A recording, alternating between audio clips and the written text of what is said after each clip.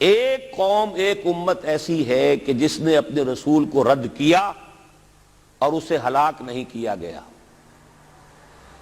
حضرت نوح کی قوم غرق، حضرت ہود کی قوم ختم، حضرت صالح کی قوم ختم، حضرت شعیب کی قوم ختم، آل فرعون ختم۔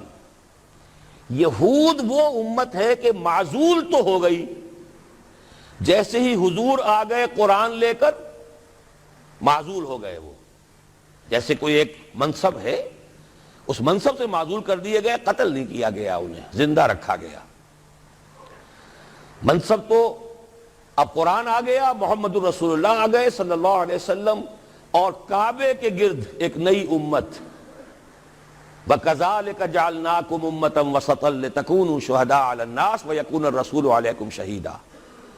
اگرچہ یہ امت 600 برس قبل قتل اور ختم ہونے کی مستحق ہو چکی تھی۔ کیوں؟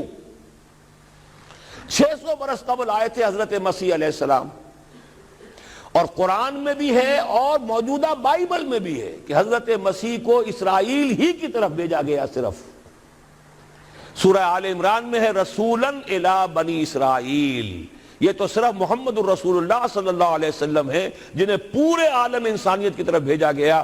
کوئی اور رسول تمام انسانوں کے لیے مبعوث نہیں ہوا۔ اور ابھی بائبل میں موجود ہے کہ میں صرف اسرائیل کے گھرانے کی کھوئی ہوئی بھیڑوں کی تلاش میں آیا ہوں۔ اسی لیے میں نے کہا تھا میں بھی امریکہ وغیرہ جاتا ہوں تو یہ اپنے پاکستانی ہندوستانی بھائی جو ہیں، یہ کھوئی ہوئی بھیڑیں وہاں جا کر جو ہیں وہ گم ہو گئی ہیں، ان گمشدہ بھیڑوں کی تلاش میں۔ تو اس کو اچھی طرح سمجھ لیجئے، حضرت مسیح کی بعثت تھی بنی اسرائیل کی طرف، اور بنی اسرائیل نے نہ صرف یہ کہ ان کو مانا نہیں، بلکہ الٹا اپنے بس پڑتے سولی پر چڑھا دیا۔ اپنے بس پڑتے، اس میرے الفاظ کو نوٹ کر لیجئے، گویا کہ یہ اب اس عذاب استیصال، آخری ہلاکت والے عذاب کے مستحق ہو گئے۔ لیکن یہ پوری انبیاء اور رسل کی تاریخ میں ایک استثناء ہے کہ اس میں جیسے آج کل ہم کہتے ہیں ججمنٹ ریزروڈ، حضرت مسیح کو اللہ نے زندہ اٹھا لیا، یہود کے اوپر لعنت تو کر دی، ختم نہیں کیا۔ سمجھ رہے ہیں میری بات کو؟ سن 70 سے ان پر عذاب آیا، حضرت مسیح سن 33 عیسوی میں اٹھائے گئے۔ سن 70 میں عذاب آ گیا ٹائٹس رومی کے ہاتھوں، وہ ہیکل سلیمانی بھی پھر دوبارہ گر گیا اور انہیں نکال دیا گیا ڈائسپورا سن 70 سے، لیکن ختم نہیں کیا گیا۔ یہ استثناء ہوا ہے۔ کیوں ہوا ہے؟ یہ بات پھر دوسری میری آج کی گفتگو میں بڑی کڑوی بات ہے، بہت کڑوی بات ہے۔ یہ جو دوسری امت جس سے کہ میں اور آپ ہیں، اور جو بہترین امت ہے، کنتم خیر امت، یہ جب طرز عمل وہی اختیار کرے گی جو یہودیوں نے کیا تھا، ان کو سزا ان ملعونوں کے ہاتھوں دلوائی جائے گی۔ بات سمجھ لیجئے میری۔ آپ کو معلوم ہے پھانسی کا پھندا کون ڈالتا ہے؟ چوڑا۔ اور ہندوستان میں مجھے بتایا مولانا امین حسن اصلاحی صاحب نے، وہ مشرقی یو پی سے ان کا تعلق ہے، اعظم گڑھ سے، کہ ہمارے علاقے میں یہ رواج تھا کہ اگر کوئی راجپوت شخص کوئی بہت گھناؤنا کوئی کام کرتا تھا تو اس کو جوتے لگواتے تھے چمار کے ہاتھوں۔ راجپوت کے سر پر راجپوت کا جوتا پڑا تو چلیے جوتا تو ہے، لیکن ہے تو راجپوت کا۔ لیکن جب راجپوت کے سر پر چمار کا جوتا پڑتا تھا، جسے انگریزی میں ہم کہتے ہیں to add insult to injury, ایک تو تکلیف ہو رہی ہے جوتے کی، اور ایک انسلٹ ہو رہی ہے کہ چمار کا جوتا ہے، تو یہ گویا کہ بدترین سزا ہو گئی۔ یہ امت جتنی اونچی ہے، جس کے رتبے ہیں سوا، اس کی سوا مشکل ہے، جس کا مقام بلند ہے، اسی اعتبار سے ان کو پھر سزا بھی سخت ملتی ہے۔ صاف فرما دیا اللہ تعالیٰ نے سورہ احزاب میں، اے نبی کی بیویوں، تم عام لوگوں کی طرح نہیں ہو، لستم کاحد من النساء، لستن کاحد من النساء، اگر تم نے کوئی غلط حرکت کی دوہرا عذاب ملے گا۔ اور بات صحیح ہے، جن کے رتبے ہیں سوا، ان کی سوا مشکل ہے۔ اس امت کو عذاب کے کوڑے مارنے والی قوم وہ ملعون اور مغضوب علیہم قوم ہے جس کے لیے قرآن مجید 2 دفعہ کہتا ہے ضربت علیہم الذلۃ والمسکنۃ وباؤوا بغضب من اللہ. اور یہ کوڑے بہت زبردست شکل میں ابھی آنے والے ہیں. میری بات اب آپ نے سمجھ لی کیوں رکھا گیا یہود کو, یہ جلاد کیوں سنبھال کے رکھے گئے. انہیں بھی سزا دی گئی, اس صدی میں بھی ہٹلر کے ہاتھوں میں بھی 6 ملین 60 لاکھ اس نے ختم کیے. ان پر تو سزا کا سلسلہ چلتا رہا, ایکسٹرمینیٹ نہیں کیا, ختم نہیں کیا, باقی رکھا ہے. اس لیے کہ ان کو کوڑا بنا کر امت مسلمہ کی پیٹھ پر مارنا ہے کہ تمہارا رتبہ, تم محمد کے امتی صلی اللہ علیہ وسلم, ہمارے آخری رسول, ہمارے اکمل رسول, ہمارے خاتم النبیین, خیر البشر, اور ان کی امت ہو کر تمہارا حال یہ ہے. تو تم سزا کے مستحق جو ہو وہ سزا ہے کہ جو اچھی طرح سمجھ لیجئے ہماری حال جو اس صدی کے آخر میں شروع میں ہوا تھا کہ تمام مسلمان غلام, اس غلامی کے اوپر جو مزید کوڑا تیار ہوا 1917 میں بالفور ڈیکلریشن کے ذریعے سے برطانیہ نے اجازت دے دی کہ یہودی آ سکتے ہیں, اب فلسطین میں آ کر آباد ہو سکتے ہیں, وہ مکان خرید سکتے ہیں, جائیداد خرید سکتے ہیں, زمینیں خرید سکتے ہیں. 1971 اس پر اندیشہ تھا کہ کہیں اگر خلیفہ عثمانی نے جہاد کا اعلان کر دیا, اس لیے کہ سلطان عبد الحمید کو بڑی سے بڑی رشوتیں پیش کر کے دیکھ لیا تھا انہوں نے کہ یہ جو ہمارے اوپر پابندی ہے کہ ہم فلسطین میں آباد نہیں ہو سکتے, جو کہو ہم تمہیں دولت دینے کو تیار ہے, یہ پابندی ختم کر دو. سلطان عبد الحمید ویسے جو بھی کچھ تھے چھوڑ دیجئے, لیکن یہ کہ اس نے کہا کہ جو معاہدہ عمر نے کیا تھا رضی اللہ تعالی عنہ میں پیچھے نہیں جاؤں گا. لہذا خلافت ختم کروا دی, اور کروائی کس کے ہاتھوں؟ ایک مسلمان کے ہاتھوں. اس لیے کہ فری میسن تھا مصطفیٰ کمال پاشا, فری میسن. یہ سب یہودیوں کے ادارے. چاک کر دی ترک ناداں نے خلافت کی قبا, سادگی اپنوں کی دیکھ اوروں کی عیاری بھی دیکھ. ہندوستان میں ہنگامہ چل رہا ہے, تحریک چل رہی ہے, مسلمان ہجرت کر رہے ہیں اور سب کچھ ہو رہا ہے, اور ہندو بھی شامل ہو رہے ہیں خلافت کی تحریک میں, لیکن اب مدعی سست گواہ چست. جب مصطفیٰ کمال نے خود ختم کر دی تو سب پانی پڑ گیا آگ کے اوپر. اب کیا بولیں, کس کو برا کریں. اس کے بعد 1948 میں ان کی ریاست قائم ہو گئی اسرائیل. کتنے برس بعد؟ ریاست تو خیر اس وقت بھی ان کی نہیں تھی جبکہ ٹائٹس نے ختم کیا ہے, وہ تو بہت پہلے کی بات تھی. تقریباً 2000 سال بعد اسرائیل 1967 میں جنگ کروائی, اور یہ بالکل صدام کی طرح کا مسئلہ تھا. 1967 کی جنگ میں ایک سازش تھی. انہوں نے بطور مہرہ استعمال کیا جمال عبد الناصر کو, جس نے اچانک جو ہے ایلات کی بندرگاہ کو بلاک کر دیا. 1967 اس پر جھپٹا مارا ہے اسرائیل نے. ادھر سے سینائی لے لیا, ادھر سے گولان ہائٹس لے لیے, ادھر سے جو ہے West Bank of Jerusalem, West Bank of Jordan لے لیا. یہ 67 کی بات ہے. پھر عالم عرب میں ایک ملک ذرا نکلنے لگا تھا کہ شاید ایک کے پاس پیسہ بہت تھا, لیبیا کے پاس, وہ مدد کر سکتا تھا کسی مسلمان ملک کی کہ وہ ایٹم بم بنا لے. 2 ملک ایسے تھے, ایک غیر عرب, ایک عرب. عراقیوں کے پاس کچھ صلاحیت معلوم ہو رہی تھی کہ کچھ دانت شاید نکل آئیں, جیسے دودھ کے دانت ہوتے ہیں تو شاید ایٹمی دانت نکل آئیں. وہ بھرکس ان کا نکالا ہے. ایک دفعہ جا کر آپ کو یاد ہوگا ہوائی جہاز گئے اور سب کا تہس نہس کر کے آ گئے, اور وہ سخت جان قوم نکلی, انہوں نے پھر کچھ بنا لیا. تو پھر وہی 100 دام جال, پھر وہ 100 دام جو ہے جال کی شکل بچھا کر, اور جو پھنسایا ہے تو اگلا پچھلا کھایا پیا سارا اگلوا لیا. نتیجہ کیا نکلا؟ جنگ خلیج کے بعد اب عالم عرب پورا کا پورا اسرائیل کے سامنے سرنگوں ہے. وہ شاہ حسن ہو یا شاہ حسین ہو,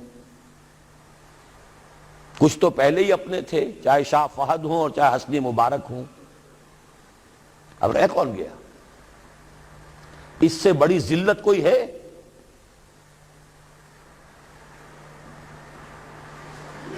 جن کے ساتھ ایک میز پر بیٹھنے کو تیار نہیں تھے، جن کے ساتھ گفتگو کو تیار نہیں تھے، اور بلا کر کہاں کھڑا کیا ہے؟ آؤ میڈرڈ میں، اسپین میں آؤ، اسپین سے شروع کروائیں گفتگو۔ اور اسپین کون سی جگہ ہے؟ مسلمانوں کا دنیا میں سب سے بڑا قبرستان، جہاں 800 برس حکومت کی اور پھر ایک ایک بچہ ختم کر دیا گیا، نام و نشان مٹا دیا گیا۔ 1492 میں فال آف گرینیڈا ہوا ہے، سقوط غرناطہ، اور 1992 میں ٹھیک 500 برس بعد یہ نیگوسیشن شروع ہوئی ہیں میڈرڈ کے اندر۔ اور اب جو صورتحال ہو رہی ہے، آپ اخبارات میں پڑھ رہے ہوں گے، وہ نام نہاد صلح کو توڑنے کے اوپر تلا بیٹھا ہوا اسرائیل۔ کیا ہوگا؟ ابھی میں ادھر جانا نہیں چاہتا۔ بہت بڑا ہنگامہ آ رہا ہے، بہت بڑا ہنگامہ آ رہا ہے، اور سب سے بڑا یہ عذاب کا کوڑا جو ہے یہودیوں کے ہاتھوں کس پر پڑے گا؟ عربوں پر۔ کیوں پڑے گا؟ اس لیے پڑے گا کہ اس امت مسلمہ میں عربوں کی فضیلت سب سے اونچی ہے۔ اصول تو وہی ہے، جن کے رتبے ہیں سوا ان کی سوا مشکل ہے۔ عرب کون ہیں؟ جن میں سے حضور تھے صلی اللہ علیہ وسلم۔ یہ رتبہ بلند ملا جس کو مل گیا، ہر مدعی کے واسطے دار و رسن کہاں۔ عرب کون ہیں؟ جن کی مادری زبان میں اللہ کا کلام ہے۔ مجھے اور آپ کو 100 پاپڑ بیلنے پڑیں گے قرآن کو سمجھنے کے لیے، ہماری بہت عظیم اکثریت تو پھر بھی نہیں سمجھ سکے گی، ترجمے پڑھ لے گی زیادہ سے زیادہ، اور کیا کرے گی؟ ان کی مادری زبان۔ انہوں نے جب پیٹھ دکھائی اور اس صدی میں کولونیل رول سے آزاد بظاہر ہو جانے کے باوجود کسی نے قبلہ راست کردم، کسی نے وہ قبلہ کر لیا واشنگٹن کی طرف، کسی نے کر لیا ماسکو کی طرف، تو بدترین سزا کے وہی مستحق ہیں۔ اور جان لیجئے کہ وہ ہولوکاسٹ مڈل ایسٹ میں آنے والا ہے، آرمگڈون، الملحمۃ العظمیٰ۔ میں نے یہ ساری چیزیں اپنی ایک کتاب میں لکھ دی ہیں، سابقہ اور موجودہ مسلمان امتوں کا ماضی، حال اور مستقبل۔ ایک موجودہ امت مسلمہ ہے ہم، ایک سابقہ امت مسلمہ ہے معزول شدہ، وہ ہیں یہود، اب بھی موجود ہیں، امت موسیٰ ہے، صاحب تورات ہے۔ ان کا ماضی کیا ہے، حال کیا ہے، مستقبل کیا ہے؟ مستقبل میں سب سے بڑا پیچ جو پڑنے والا ہے، جیسے پتنگوں کا پیچ ہوتا ہے، ان دو امتوں کا ہے۔ مڈل ایسٹ سب سے بڑی جنگ، تاریخ انسانی کی عظیم ترین جنگ کا میدان بنے گا، جس کو حضور نے نام دیا الملحمۃ العظمیٰ، عظیم ترین جنگ۔ احادیث موجود ہے میری اس کتاب کے اندر، حوالوں کے ساتھ ہے، ٹیکسٹ کے ساتھ ہے۔ ویل للعرب من شر قد اقترب، ہلاکت اور بربادی ہے عرب کے لیے اس شر سے جو قریب آ چکا ہے۔ لیکن اب یہ بات تو پھر میرے اور آپ کے لیے ذرا دور کی ہو گئی۔ تیسری کڑوی بات اب آ رہی ہے۔ ابھی تو عربوں کی بات تھی نا۔ 120 کروڑ میں نے آپ کو بتایا تھا کہ مسلمان دنیا میں ہیں، ان میں 20 پلس 22-23 ہوں گے عرب ہیں، باقی 1 ارب 100 کروڑ یہ کون ہے؟ نان عرب، امیین، امیین نہیں آخرین، امیین تو وہ عرب ہیں۔ ان میں سے بقیہ میں سے سب سے بڑی مجرم قوم میں اور آپ ہیں۔ ہندوستان کا مسلمان نہیں، انڈونیشیا کا نہیں، ایران کا نہیں، ترکستان کا نہیں، افریقہ کا نہیں، 20 کروڑ عرب اور 10 پلس 11 ہیں یا 12 کروڑ ہیں، کتنے بھی ہیں پاکستانی نمبر 2 مجرم۔ کیوں؟ انہوں نے ایک ملک بنوایا اسلام کے نام پر، لاکھوں انسانوں کی جانیں گئیں، ہزارہا عصمتیں لوٹی، کتنا بڑا تبادلہ آبادی ہوا، کتنی مسلمان عورتیں ہندوؤں کے قبضے میں رہ گئی۔ کس نام پر؟ ہمیں اسلام کے لیے ملک چاہیے۔ قائد اعظم نے فرمایا ہم اس لیے پاکستان چاہتے ہیں کہ اسلام کے اصول حریت و اخوت و مساوات کا ایک نمونہ عہد حاضر میں پیش کریں۔ 50 برس ہو چکے ہیں، نوٹ کر لیجئے، 2 حساب ہیں نا، ایک ہے شمسی ایک ہے قمری۔ قمری کے حساب سے 50 برس ہو چکے، 9 مہینے زائد ہو چکے ہیں۔ شمسی حساب سے 50 برس میں 9 مہینے کم ہیں، بس اتنا ہی فرق ہے۔ اگلے اگست میں ہو جائے گا نا 50 برس کرسچین ایرا سے، 1997 1947 اگست تک کتنے مہینے رہ گئے؟ اور قمری حساب سے جو گزشتہ رمضان مبارک تھا اس کی 27ویں کو 50 مکمل ہو چکے، آگے 9 مہینے اور گزر چکے، ہم بالکل بیچ میں بیٹھے اس وقت۔ تو اسلام کہاں ہے؟ پاکستان بننے کے بعد ایمانداری سے دیکھیے کس چیز میں اضافہ ہوا ہے۔ بدمعاشی، عیاشی، جھوٹ، فحاشی، عریانی، بے پردگی، غبن، بد امنی، لوٹ مار، بڑے سے بڑے جرائم، گھناونے سے گھناونے جرائم، سب میں اضافہ۔ وہ اصول حریت و اخوت مساوات کہاں ہیں؟ ساری معیشت سود پر، اللہ اور اس کے رسول کے خلاف اعلان جنگ۔ آج ہم IMF کی ایک اسامی ہے، کورٹ آف وارڈ ہے، کتنے کھل کر باتیں ہمارے وزراء کر رہے ہیں، ہمارے لیے کوئی اور چارہ کار ہے ہی نہیں۔ میں ابھی سکھر میں تھا، وہاں ایک مذاکرہ دیکھنے کا مجھے موقع مل گیا ٹی وی پر، صاف کہہ رہے تھے وہ دانشور، وہ تو ہمارے لیے کوئی اور چارہ کار نہیں، ہمارے لیے مفید یہی ہے جو کچھ ہو رہا ہے، IMF ہی ہمیں بچائے گا، اور واقعتاً بچائے گا۔ کیوں بچائے گا؟ آپ کے لیے نہیں بچائے گا، اپنے لیے بچائے گا۔ اسے آپ کے اندر سے اپنا خون نکالنا ہے، اگر مرنے دیں گے تو خون کہاں سے لیں گے؟ they will keep you، لیکن رکھیں گے اسی طریقے سے کہ خون کشید کرتے چلے جائیں، کبھی بجلی کا کرایہ، کبھی گاڑیوں کا کرایہ، کبھی اس کا کرایہ، کبھی اس کا کرایہ، کبھی اس کا ریٹ، کبھی اس کا ریٹ، کبھی ڈاک کے ریٹ، خون چوسنے کے لیے۔ یہ صورتحال جو ہے یہ ہماری آخر کس کی ہے؟ کس نے کیا یہ؟ کیا اللہ ظالم ہے؟ کیا ہم مجرم نہیں ہیں اس کے؟